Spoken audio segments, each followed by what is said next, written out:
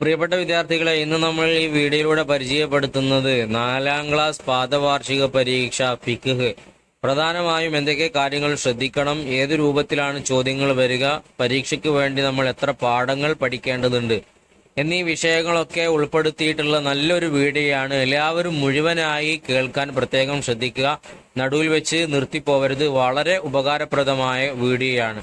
പ്രധാനപ്പെട്ട കാര്യങ്ങൾ ചർച്ച ചെയ്യുന്നതിന് മുന്നേ കഴിഞ്ഞ പാദവാർഷിക പരീക്ഷയുടെ ഫിഖിന്റെ ചോദ്യപേപ്പർ ഉത്തരസഹിതം നമുക്കൊന്ന് പരിചയപ്പെടാം.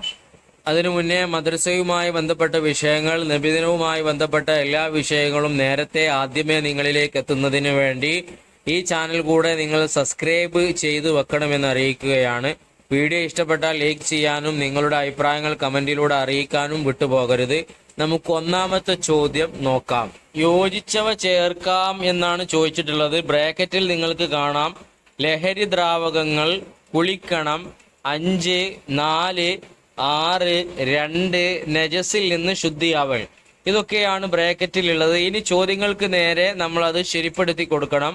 ഒന്നാമത്തത്, നിസ്കാരം വാജിബാകാനുള്ള ഷർത്തുകൾ 4 കുളിയുടെ ഷർത്തുകൾ 5 മൂന്നാമത്തത്, വുളൂഇന്റെ ഫർളുകൾ 6 നാലാമത്തത്, കുളിയുടെ ഫർളുകൾ 2 അത് നമ്മൾ പ്രത്യേകം നോട്ട് ചെയ്യണേ. ശരീരമാസകലം വെള്ളം ഒലിപ്പിക്കുക, അതേപോലെ തന്നെ നിയ്യത്ത് വെക്കുക. ഇത് 2 കുളിയുടെ ഫർളുകൾ. 5 സ്വയം സുർക്കയാവൽ കൊണ്ട് ശുദ്ധിയാകും ലഹരി ദ്രാവകങ്ങൾ. 6 നിസ്കാരത്തിന്റെ 2ാമത്തെ ഷർത്ത് നജസിൽ നിന്ന് ശുദ്ധിയാവൽ. 7 വലിയ അശുദ്ധി ഉണ്ടായാൽ കുളിക്കണം. ഈ ഒരു രൂപത്തിലാണ് യോജിച്ചവ ചേർത്തി കൊടുക്കേണ്ടത്. ഇതിൽ പറഞ്ഞ കണ്ടന്റുകളെല്ലാം പാഠഭാഗങ്ങളിൽ വരുന്ന പ്രധാന പോയിന്റുകളാണ്.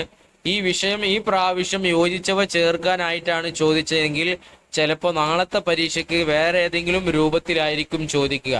പ്രധാനപ്പെട്ട വിഷയമായതുകൊണ്ട് ഇതെല്ലാവരും കൃത്യമായി പഠിച്ചു വെക്കുക. 2ാമത്തെ ചോദ്യം നോക്കൂ. 2 വീതം എഴുതാം എന്നുള്ളതാണ്. 2 എഴുതേണ്ടതുള്ളൂ. പക്ഷേ ഇവിടെ കഴിയുന്നതും എഴുതി കൊടുത്തിട്ടുണ്ട്. നിങ്ങൾക്ക് എളുപ്പമുള്ളത് പഠിക്കുക. അതുപോലെ തന്നെ നാളെ പരീക്ഷയ്ക്ക് ചോദിച്ചാൽ ഏതെങ്കിലുമൊക്കെ ഓർമ്മ വരുമല്ലോ എന്ന് കരുതിയിട്ടാണ് കഴിയുന്നതും കൂടുതൽ എണ്ണം കൊടുത്തിട്ടുണ്ട്.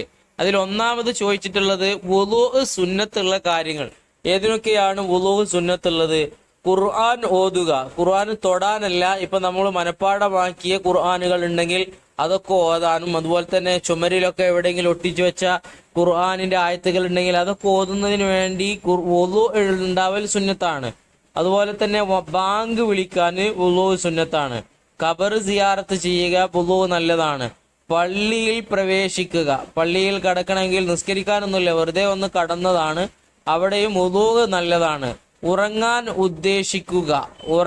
ഉദ്ദേശിക്കുന്നുണ്ടെങ്കിൽ ആ സമയമാകുമ്പോൾ തൊട്ടു മുമ്പായിട്ട് വുളൂ എടുക്കുക. മുതലായവയൊക്കെ സുന്നത്തുള്ള കാര്യങ്ങളാണ്. കുളി സുന്നത്തുള്ള കാര്യങ്ങൾ, വുളൂ സുന്നത്തുള്ള കാര്യങ്ങളാണ്. ഇനി അടുത്തത് കുളിയുടെ സുന്നത്തുകളാണ് ചോദിച്ചിട്ടുള്ളത്. കുളിയുടെ സുന്നത്തുകൾ. കുളിയുടെ ആദ്യത്തിൽ ബിസ്മി ചൊല്ലുക കുളിക്കുന്ന സമയത്ത്. ശരീരത്തിൽ മ്ലേച്ഛ വസ്തുക്കൾ നീക്കം ചെയ്യുക. ചളി, ചേറ് അതൊക്കെ ഉണ്ടെങ്കിൽ നീക്കം ചെയ്യൽ വുളൂഇന്റെ സുന്നത്തിൽ വരുന്ന കാര്യമാണ്. വായിൽ വെള്ളം കൊപ്പിളിക്കുക. അതുപോലെ തന്നെ വുളൂ ചെയ്യുക. കുളിക്ക് മുന്നേ വുളൂ ചെയ്യുക. കിബിലക്ക് മുന്നിട്ട് കുളിക്കുക. കുളി കഴിഞ്ഞ ഉടനെ വുളൂഇന് ശേഷമുള്ള ദിക്റുകൾ കൊണ്ടുവരിക. വുളൂഇന് ശേഷം നമ്മൾ ദുആർക്കുന്ന ആ ദിക്റ്, പ്രാർത്ഥന ഇവിടെയും കൊണ്ടുവരിക. ഇതൊക്കെ കുളിയുടെ സുന്നത്തുകളിൽ പെട്ടതാണ്. ഇനി മൂന്നാമത് ചോദിച്ചിട്ടുള്ളത് സുന്നത്തായ കുളികളാണ്. വെള്ളിയാഴ്ചക്ക് ജുമക്ക് പോവാൻ വേണ്ടി കുളിക്കൽ സുന്നത്തുണ്ട്. പെരുന്നാളിന് പള്ളി പോകുന്നതിന് വേണ്ടി നമ്മൾ കുളിക്കും. മുതലായ നിസ്കാരങ്ങൾക്കും റമദാനിലെ എല്ലാ രാത്രിയിലും കുളിക്കൽ സുന്നത്തുണ്ട്. പരിശുദ്ധ റമദാനിലെ എല്ലാ രാത്രികളിലും കുളിക്കൽ സുന്നത്തുണ്ട്. അത് ഏത് സമയമാണെന്ന് നമുക്ക് തിരഞ്ഞെടുക്കാം. രാത്രി ആവണം എന്ന് മാത്രം. 4ാമത്തത് നജസുകൾ ഏതൊക്കെയാണ്? 2 എഴുതിയാൽ മതി, ഒരുപാടെണ്ണം എഴുതി കൊടുത്തിട്ടുണ്ട്. നായ, പന്നി അവയിൽ നിന്നും ജന്മം കൊണ്ടവ നജസാണ്. മലം, മൂത്രം, ഛർദിച്ചത്, രക്തം, ജലം, ഇതൊക്കെയും അതുപോലെ മനുഷ്യൻ, മത്സ്യം, ജറാദ് എന്നിവ അല്ലാത്തതിൻ്റെ ശവം, അതുപോലെ തന്നെ ലഹരി ദ്രാവകങ്ങൾ, മദിയ്, വദിയ് മുതലായവയെല്ലാം നജസ്സുകളാണ്. നജസ്സല്ലാത്തത്, ജീവൻ പോയാൽ നജസ്സല്ലാത്തതാണ് മനുഷ്യനും മത്സ്യവും ജറാദും. ബാക്കിയുള്ള എല്ലാ ജീവികളും അത് നജസ്സാണ്, ചത്തുപോയാൽ നജസ്സായി മാറുന്നതാണ്. അപ്പോൾ ഈ ഒരു രൂപത്തിലാണ് ഇതിൻ്റെ ആൻസർ എഴുതി കൊടുക്കേണ്ടത്. ഇതും വളരെ പ്രധാനപ്പെട്ട ഒരു ചോദ്യമാണ്. നമ്മുടെ പാഠഭാഗങ്ങളിൽ ഇങ്ങനെ ഒരു വിഷയത്തിൽ തന്നെ ഒരുപാട് സുന്നത്തുകളും അതുപോലെ തന്നെ കാര്യങ്ങളൊക്കെ വരുന്ന പല കാര്യങ്ങൾ ഉൾപ്പെട്ടത് കൊണ്ട് ചിലപ്പോൾ 2 വീതമോ അല്ലെങ്കിൽ 3 വീതമോ ഒക്കെ എഴുതാൻ വേണ്ടി ആവശ്യപ്പെട്ടേക്കാം. ഇങ്ങനെ ഒരു ചോദ്യം നമ്മൾ പ്രത്യേകം ശ്രദ്ധിക്കുക. മൂന്നാമത് ചോദിച്ചിട്ടുള്ളത് പൂർത്തിയാക്കാം എന്നുള്ളതാണ്. അതിലൊന്ന് ഹൈലോ നിഫാസോ ഉള്ള അവസരം നിസ്കരിക്കലും ആ സമയത്തെ നിസ്കാരം ഖളാ വീട്ടലും ഹറാമാകുന്നു. അപ്പൊ സ്ത്രീകൾക്ക് പുറപ്പെടുന്ന ഒരു ടൈമിൽ പുറപ്പെടുന്ന രക്തമാണ് ഹൈല്. ആ സമയത്തുള്ള നിസ്കരിക്കലും അത് ഖളാ വീട്ടലും പാടില്ല, ഹറാമാണ്. രണ്ടാമത്തത് ലഹരി വസ്തു ഉപയോഗിച്ച് ബുദ്ധി നഷ്ടപ്പെടുത്തിയവർക്ക് നിസ്കാരം ഖളാ വീട്ടൽ വാജിബാണ്. അത് നമ്മുടെ കാരണത്താൽ നമ്മൾ ലഹരി ഉപയോഗിച്ചത് കൊണ്ടാണ് നമ്മുടെ ബുദ്ധി നഷ്ടപ്പെട്ടത്. നിസ്കാരം ഖളാ വീട്ടൽ വാജിബാണ്. മൂന്നാമത് അശുദ്ധികളെ ഉയർത്താനും നജസുകളെ നീക്കാനും തൊഹൂറായ വെള്ളം വേണം. നാലാമത്തത് വുളൂഇലെ നിത്യ അശുദ്ധിയുള്ളവർക്ക് അശുദ്ധിയെ ഉയർത്തുന്നു എന്ന നിയ്യത്ത് മതിയാവുകയില്ല. അത് നിത്യ അശുദ്ധിക്കാരല്ലാത്തവർക്കുള്ള നിയ്യത്താണ് അശുദ്ധിയെ ഉയർത്തുന്നു എന്നുള്ളത്. കാരണം ഇവർ ശുദ്ധിയാകുന്നില്ല, ഇവർ നിത്യ അശുദ്ധിക്കാരാണല്ലോ. അതുകൊണ്ട് ആ ഒരു നിയ്യത്ത് അവർക്ക് മതിയാവുകയില്ല.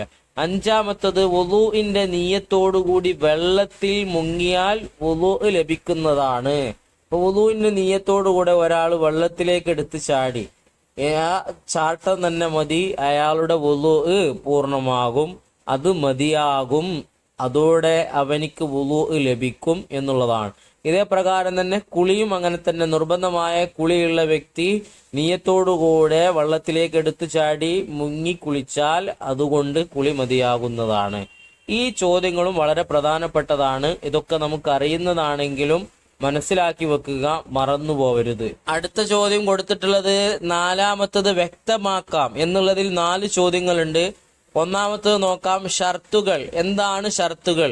നിസ്കാരത്തിൽ പെട്ടതല്ലാത്തതും എന്നാൽ അതുകൂടാതെ നിസ്കാരം സ്വഹീ ആകാത്തതുമായ കാര്യങ്ങളാണ് ഷർത്തുകൾ. മനസ്സിലായിട്ടുണ്ടാവുമെന്ന് വിചാരിക്കുന്നു.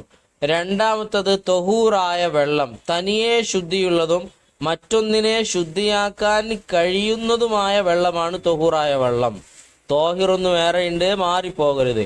മൂന്നാമത്തത് വുളൂഇന്റെ നിയ്യത്തുകളിൽ ഒന്ന്, വുളൂ എന്ന ഫർളിനെ ഞാൻ വീട്ടുന്നു എന്നോ ചെറിയ അശുദ്ധിയെ ഞാൻ ഉയർത്തുന്നു എന്നോ മറ്റൊക്കെ വെക്കാവുന്നതാണ്. നാലാമത്തത് കുളി എന്നാൽ എന്താണെന്ന് ചോദിച്ചിട്ടുള്ളത്. നീയത്തോടുകൂടി ശരീരം മുഴുവൻ വെള്ളം ഒലിപ്പിക്കലാണ് കുളി. അത്രയുള്ളൂ കുളിയുടെ ഫർളുകൾ. നീയത്തും ശരീരം മുഴുവനും വെള്ളം ഒലിപ്പിക്കുക എന്നുള്ളതുമാണ്. അഞ്ചാമത്തത് നോക്കൂ, ആശയം എഴുതാം. അസ്വലാത്തു ഇമാദുദ്ദീൻ ഫമൻ തറക്കഹ ഫഖദ് ഹദമദ്ദീന. നിസ്കാരം ദീനിന്റെ തൂണാണ്, അത് ഒഴിവാക്കിയവർ ദീനിനെ പൊളിച്ചവരാണ്. ഈ ചോദ്യവും അതിനു മുന്നേ നമ്മൾ വായിച്ച 4 ചോദ്യങ്ങളും വളരെ പ്രധാനപ്പെട്ടതാണ്. എല്ലാവരും അത് മനസ്സിലാക്കി വെക്കണം, വിട്ടുപോവരുത്. ആറാമത്തെ ചോദ്യം ഉത്തരം എഴുതാം എന്നുള്ളതാണ്. അതിൽ 3 ചോദ്യങ്ങളുണ്ട്, നോക്കാം. അതിലൊന്ന്, ഹൈല് എന്നാൽ എന്ത്? ഗർഭപാത്രത്തിന്റെ അങ്ങേ അറ്റത്ത് നിന്ന് ചില പ്രത്യേക സമയങ്ങളിൽ പുറപ്പെടുന്ന രക്തമാണ് ഹൈല്. ഗർഭപാത്രം സ്ത്രീകൾക്കേ ഉണ്ടാവൂ, അതുകൊണ്ട് ഹൈലും സ്ത്രീകൾക്കേ ഉണ്ടാവൂ.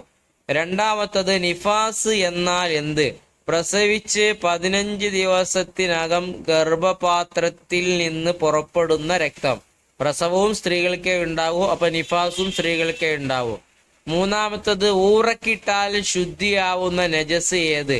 മായ, പന്നി അവയിൽ നിന്നും ജന്മം കൊണ്ടതും അല്ലാത്ത ഏത് ശവത്തിന്റെ തോലും ഊറക്കിടൽ കൊണ്ടും അതുപോലെ തന്നെ ലഹരി ദ്രാവകങ്ങൾ അഥവാ വെള്ളം പോലെയുള്ളത് സ്വയം സുർക്കയാവൽ കൊണ്ടും ശുദ്ധിയാകുന്നതാണ്. പ്രത്യേകം മനസ്സിലാക്കി വെക്കുക. ഈ വായിച്ച 3 ചോദ്യങ്ങളും വളരെ ഇമ്പോർട്ടൻ്റ് ആയിട്ടുള്ളതാണ്. പ്രത്യേകിച്ച് ഹൈള് നിഫാസ് എന്നത് എന്താണ് എന്നുള്ളത് പല പരീക്ഷയ്ക്കും അത് ചോദിച്ചിട്ടുണ്ട്. അത് പഠിക്കാൻ നമ്മൾ ആരും വിട്ടുപോകരുത് ഇൻഷാ അള്ളാ. ഇപ്പോൾ ഈ ഒരു ചോദ്യപേപ്പർ ഇപ്പോൾ വായിച്ചു കഴിഞ്ഞതിലൂടെ ഏത് രൂപത്തിലാണ് ചോദ്യം വരിക എന്നതിനെ കുറിച്ച് നല്ലൊരു ഐഡിയ നമുക്ക് ലഭിച്ചു കഴിഞ്ഞു. ഇനി നമുക്ക് മറ്റൊരു പാദവാർഷിക പരീക്ഷയുടെ പേപ്പർ കൂടെ കാണാം. അതാണ് നിങ്ങൾ കാണുന്നത്. നമ്മളിപ്പോൾ വായിച്ച ചോദ്യപേപ്പറിലെ പല ചോദ്യങ്ങളും ഈ പേപ്പറിലും ഉൾപ്പെട്ടിട്ടുണ്ട്. രണ്ടും കൂടെ കമ്പയർ ചെയ്ത് താരതമ്യപ്പെടുത്തി നന്നായി പഠിക്കുക. ഫിഖ്ഹിൽ നിന്ന് നമുക്ക് പരീക്ഷയ്ക്ക് പഠിക്കേണ്ട പാഠങ്ങൾ 7 7ഉം നന്നായി പഠിക്കുക. പ്രത്യേകിച്ച് അവസാനത്തെ 3 5, 6, 7 അതിൽ നിന്നാണ് ഏറ്റവും കൂടുതൽ ചോദ്യങ്ങൾ വരിക.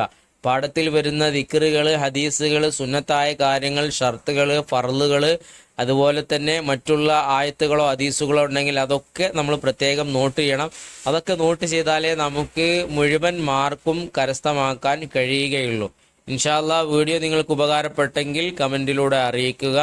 നിങ്ങളുടെ കൂട്ടുകാരിലേക്ക്, മദ്രസ ക്ലാസ് ഗ്രൂപ്പുകളിലേക്കൊക്കെ പറ്റുമെങ്കിൽ ഒന്ന് ഷെയർ ചെയ്ത് കൊടുക്കുക. സബ്സ്ക്രൈബ് ചെയ്തിട്ടുണ്ടാവും എന്ന് വിചാരിക്കുന്നു. ഇൻഷാ അല്ലാഹ് നല്ലൊരു വീഡിയോയുമായി നമുക്ക് പിന്നീട് ഒരിക്കൽ കാണാം. എല്ലാവർക്കും അല്ലാഹു നല്ല വിജയം നൽകട്ടെ എന്ന് ആത്മാർത്ഥമായി ദുആ ചെയ്യുന്നു.